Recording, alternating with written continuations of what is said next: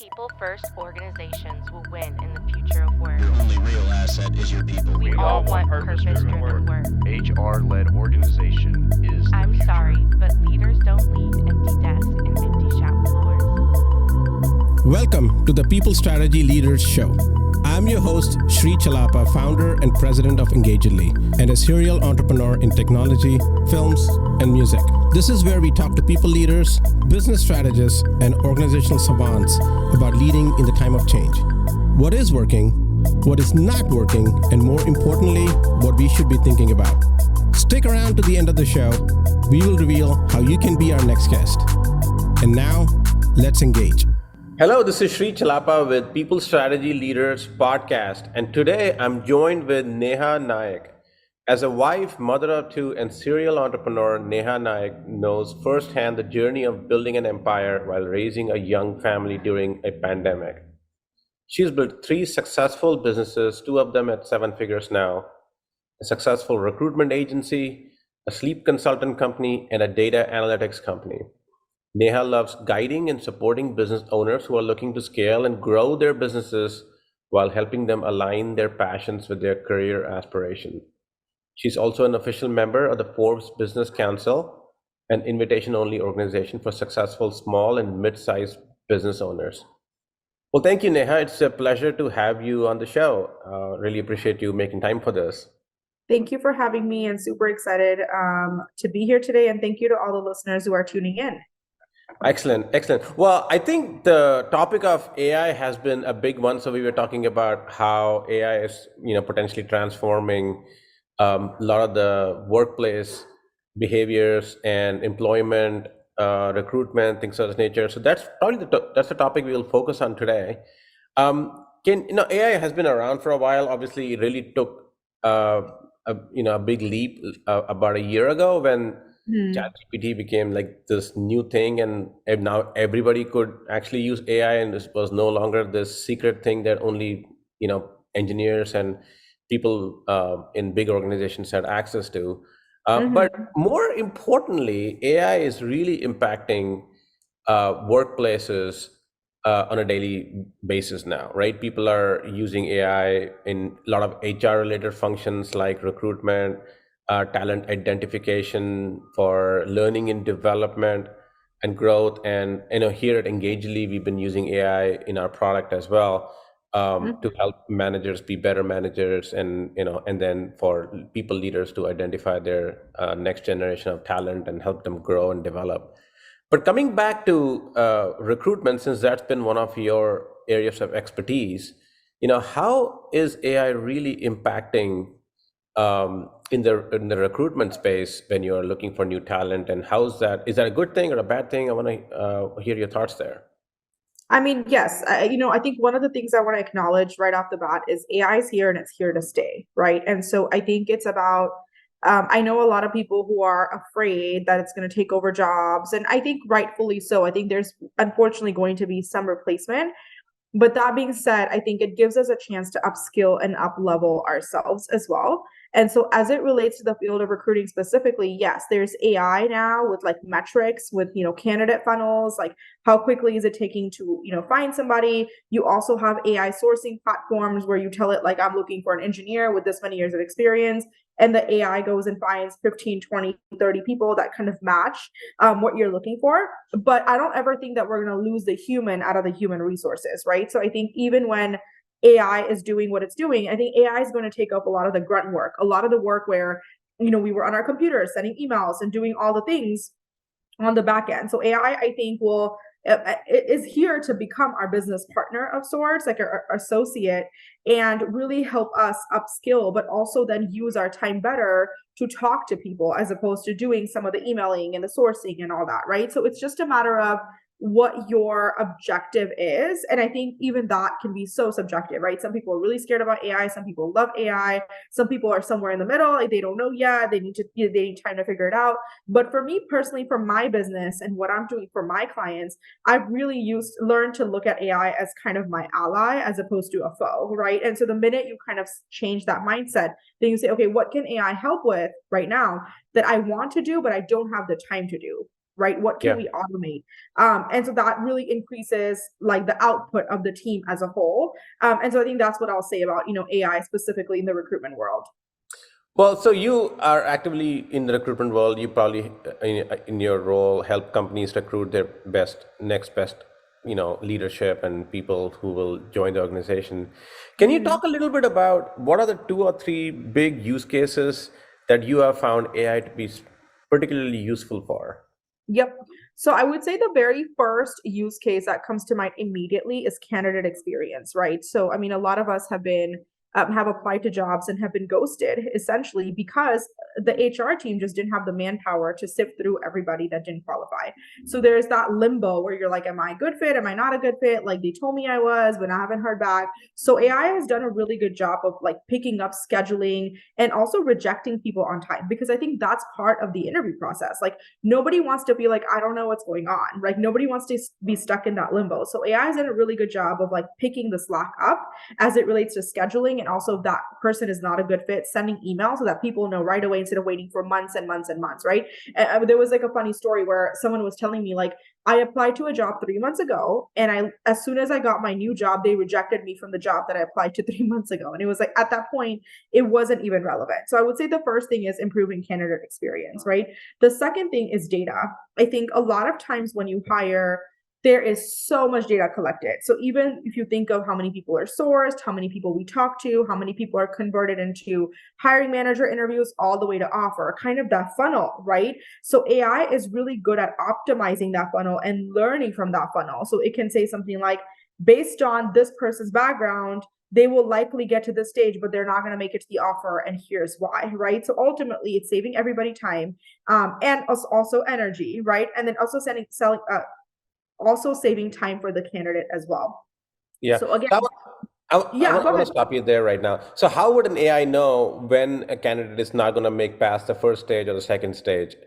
So it's a lot of the data that's been fed into it beforehand, right? So like, for example, if it's picking up on like years of experience, or this is what they're answering for their interview questions based on the notes that the hiring manager or recruiter is putting in, even technical tests, like if they get below, there must be a correlation with if they get like 90% plus on the technical test or below 90%, what is that correlation that are moving past it, right? We might also see that people who are really good at technical tests are actually not making it because they're not a good culture add for the company. So what does that right number look like? So that's something that I think a really good case where people and company can look at data and then put an AI on it to study that data and then put out like predictive analytics so they know exactly what to expect, right? Now, are they going to be outliers? Of course. Like there's of course going to be a couple of people here and there that kind of call that out, right? So I think that's really important. And the third use case is just taking away bias, right? So a lot of times, a lot of companies are now using AI because they feel like it can improve the job description and make it less biased. It can make the interview process better and take away bias. It can even do some type of a eraser on the candidate's resume so that the person reading the resume doesn't see their name, etc., and can take away bias, right? Because we have these like unconscious, or not unconscious, sorry, that means you're asleep, subconscious biases in our brain that have been kind of old programmed into us, right? We all have them, whether we admit it or not. It's just part of who we are today because of how we were brought up and what we see in society. So AI is going to get rid of that as well. And I think that's really going to help with people's DE&I scores within companies, right? Because that's huge. Like we need to make sure that every company is diverse, equitable, and inclusive. And so I think AI is really going to help with that as well. So those are the three, kind of use cases that I can think of. But I mean, I'm sure there's many more. Yeah, I think AI can really help as long as it is not biased. And also, the problem which I also sometimes see with AI is that it can easily become a crutch where they're like, oh, I'm just going to rely on AI to do my job. And then it loses that human element, the intangibles, right? Sometimes the candidate may not be the best candidate on paper. They may not have the best test scores. They may not have gone to the best schools. They may not even have the right education or, or Mm-hmm. or even have a college degree in some cases, right? And then it will reject that person probably because of the way it was trained to do. Like, if you were looking for a a manager of some sort, or even a entry level engineer, and the person never maybe finished college or went to a community college or something, and then a big tech company be like, this person is not even qualified. Right.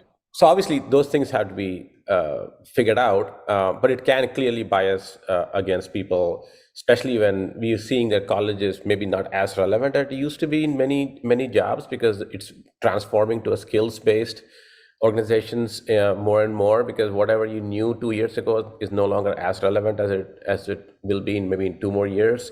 Correct. So how do you prevent from people from using AI as a crutch rather than using AI as an enabler for their role? Yeah.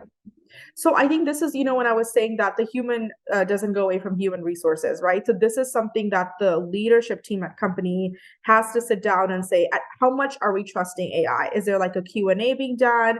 Are we looking at what it's evaluating on? What data are we feeding it? What are we telling it to bring out after we feed it the data? So these are like leadership decisions that they have to make. And I don't think, nobody will ever say like, here's AI, like it's going to do its job and we're never going to look at it again. Right. So that's where the human aspect of it comes in, is like, and this happens to me all the time is, I use an applicant tracking system where the AI will tell me that this is not a good candidate. And I always say like, let me look real quick.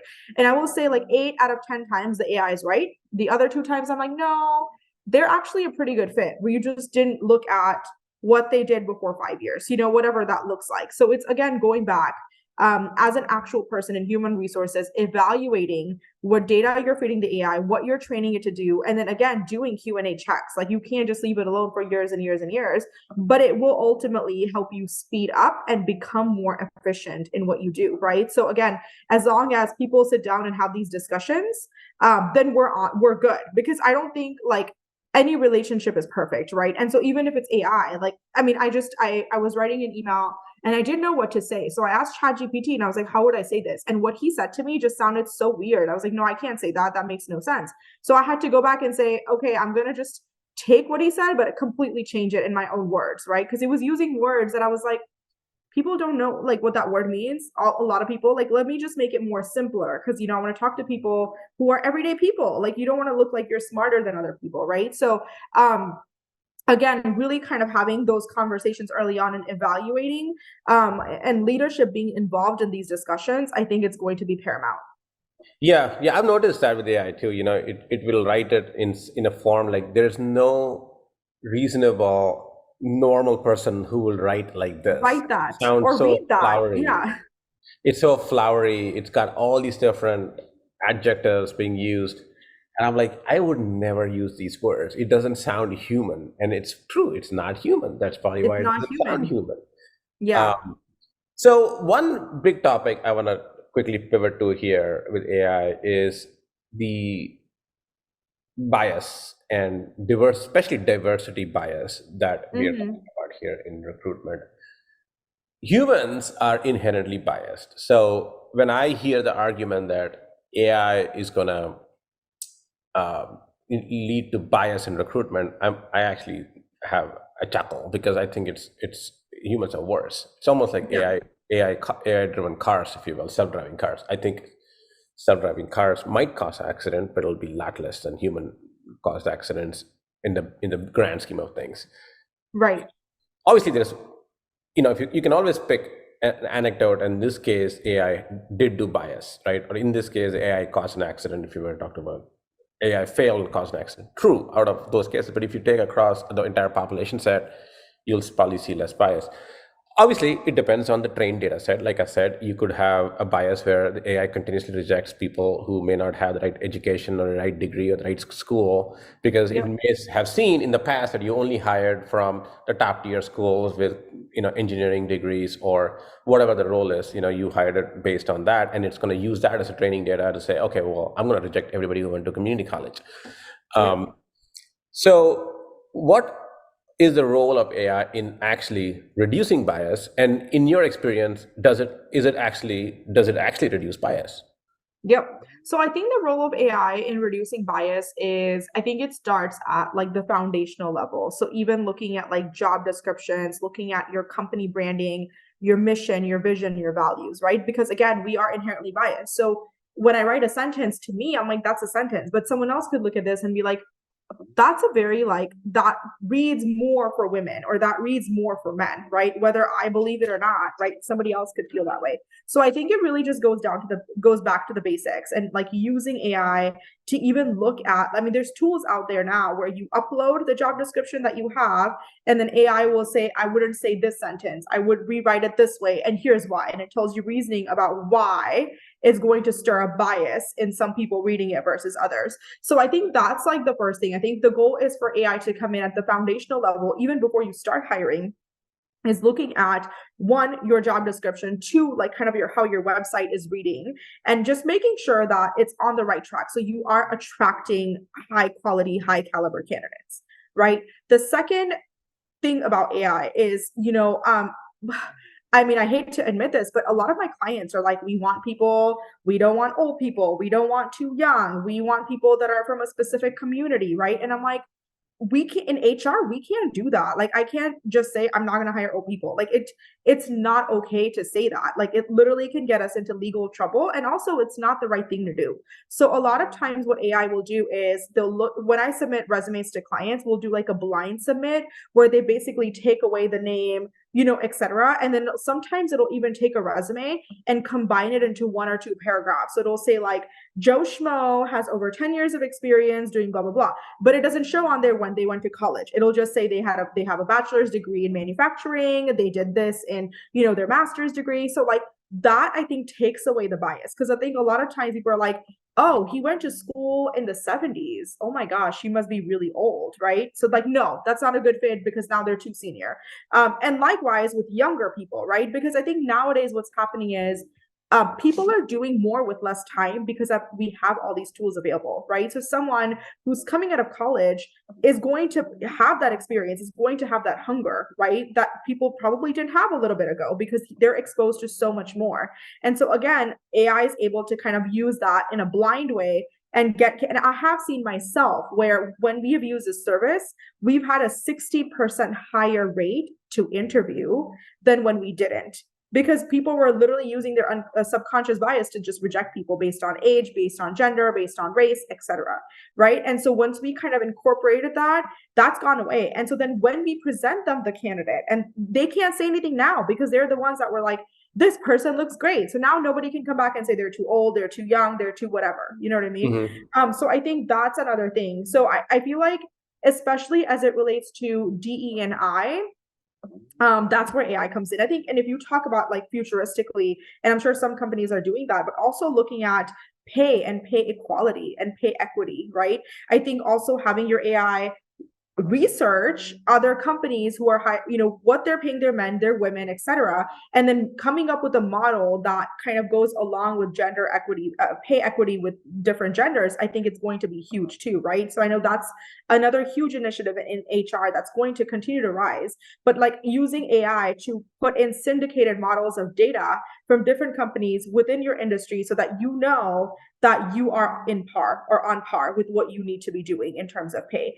So I think that's another kind of use case specifically as it relates to DE&I. Yeah. So one thing I was thinking about also is the use of AI in video. I don't know how much of that is done in recruitment now, where it can read expressions, it can read emotion, it can tell if this person is actually confident or if they're maybe not telling you the whole truth.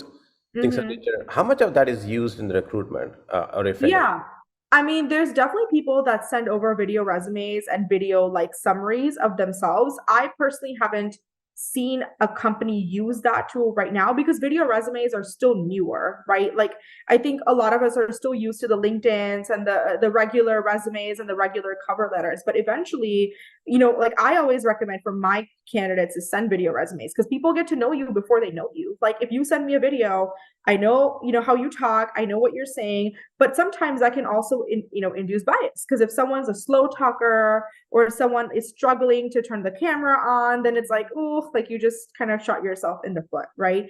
But I think there's also tools now that you record a video and it'll do an autocorrect of your eyes to make sure you're looking at the camera. Yeah, I've seen those. It'll autocorrect like the background sounds. If you have a kid screaming in the background, it'll take that away. It'll do like noise cancellation so that you look professional, right? But on the flip side of it, I feel like sometimes video resumes can actually add in more bias unless you are doing it in a way that doesn't and setting up specific parameters. But you're right, AI can definitely read if someone's confident, if someone's like, I mean, they'll even have like lying cues. Like if someone's saying something and they're like, I was watching a YouTube video about this and AI was like, oh, 50% of what she said is a lie. And I'm like, what if that's just me excited? Like, what if that's just, me being excited and you think I'm a liar, right? So I think we probably should do more research, or I probably need to do more research on this specifically before I talk about it more, because I haven't really seen a lot of my clients use this specifically, but I know it's going, it's getting there. It's going to get here before we know it. Yeah. As you look forward in the future, what are some of the new developments that you've either heard of or you hope somebody's working on that will really help HR, maybe more specifically recruitment, but HR in general? Yeah, I think, we really need to fix this problem of hiring managers, one, making quicker decisions so that we can have a quicker time to fill, but also then two, taking out some of the biases, right? Like they have to go to certain school, they have to have certain education, because I think as we start getting more towards the gig economy in which a lot of people have jobs, but they're also moonlighting or freelancing or whatever it is that you want to use, it's not going to matter so much about what they've done in school. It's going to matter more about what they're doing today and how they're kind of, being themselves by really making sure that they are qualified to do the job. So really measuring people from a milestone standpoint as opposed to how many hours they're working, etc.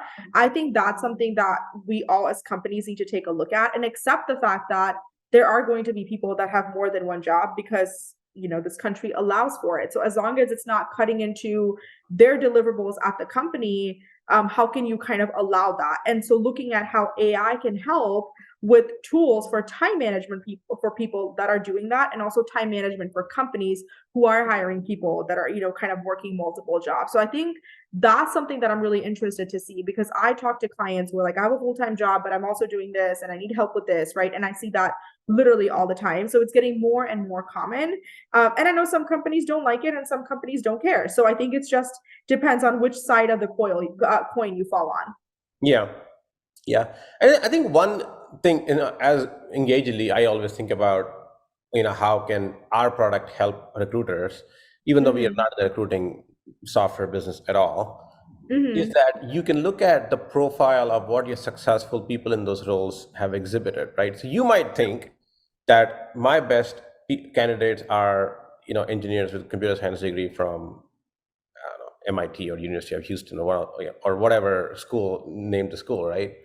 But you look inside and you realize your best engineers, maybe didn't even graduate, or they went to a small tier 2, tier 3, state school, or they moved from a different role to become an engineer while learning on the job.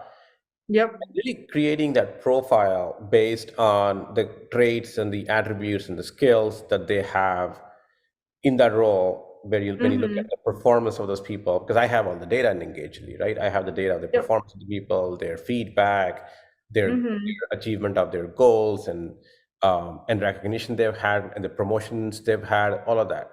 I can use that to actually build a profile on what an ideal candidate might be like. So I'm doing basically a candidate profile based on what success looks like in my organization, and not what a recruitment manager might think it might be, right? Right. What do you think about that as a potential use case for AI, or is there inherent bias because you're basically feeding the cycle that you already have? No, I don't.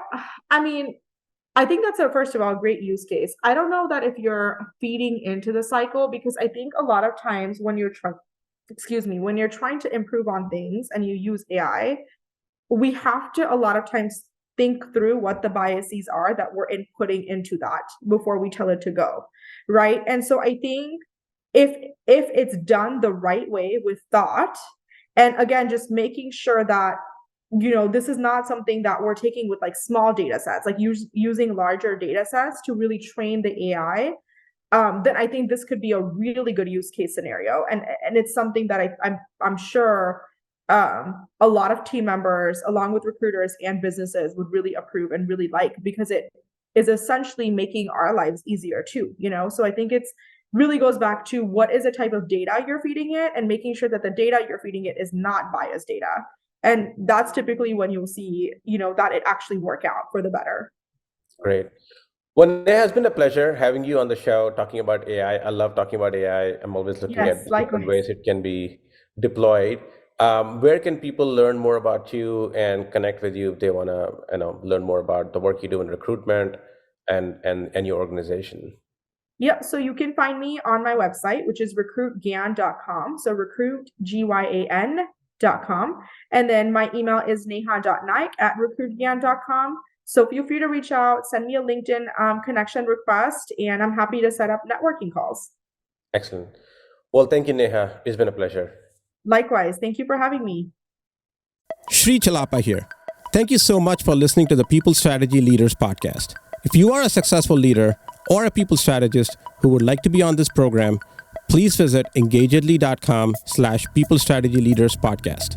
If you got something out of this interview, would you share this episode on social media? If you know someone that would be a great guest, tag them on social media to let them know about the show and include the hashtag People Strategy Leaders. I love seeing your posts and guest suggestions. We are regularly putting out new episodes and content. To make sure you don't miss any episodes, go ahead and subscribe. Your thumbs up, ratings, and reviews go a long way to help promote the show and mean a lot to me and my team. Want to know more? Follow me on LinkedIn and Twitter @Sri Chellappa. Thanks for listening. We will see you next time. And thank you to Patrick Ramsey, sound engineer at Kalinga Production Studios, for recording and mixing this show.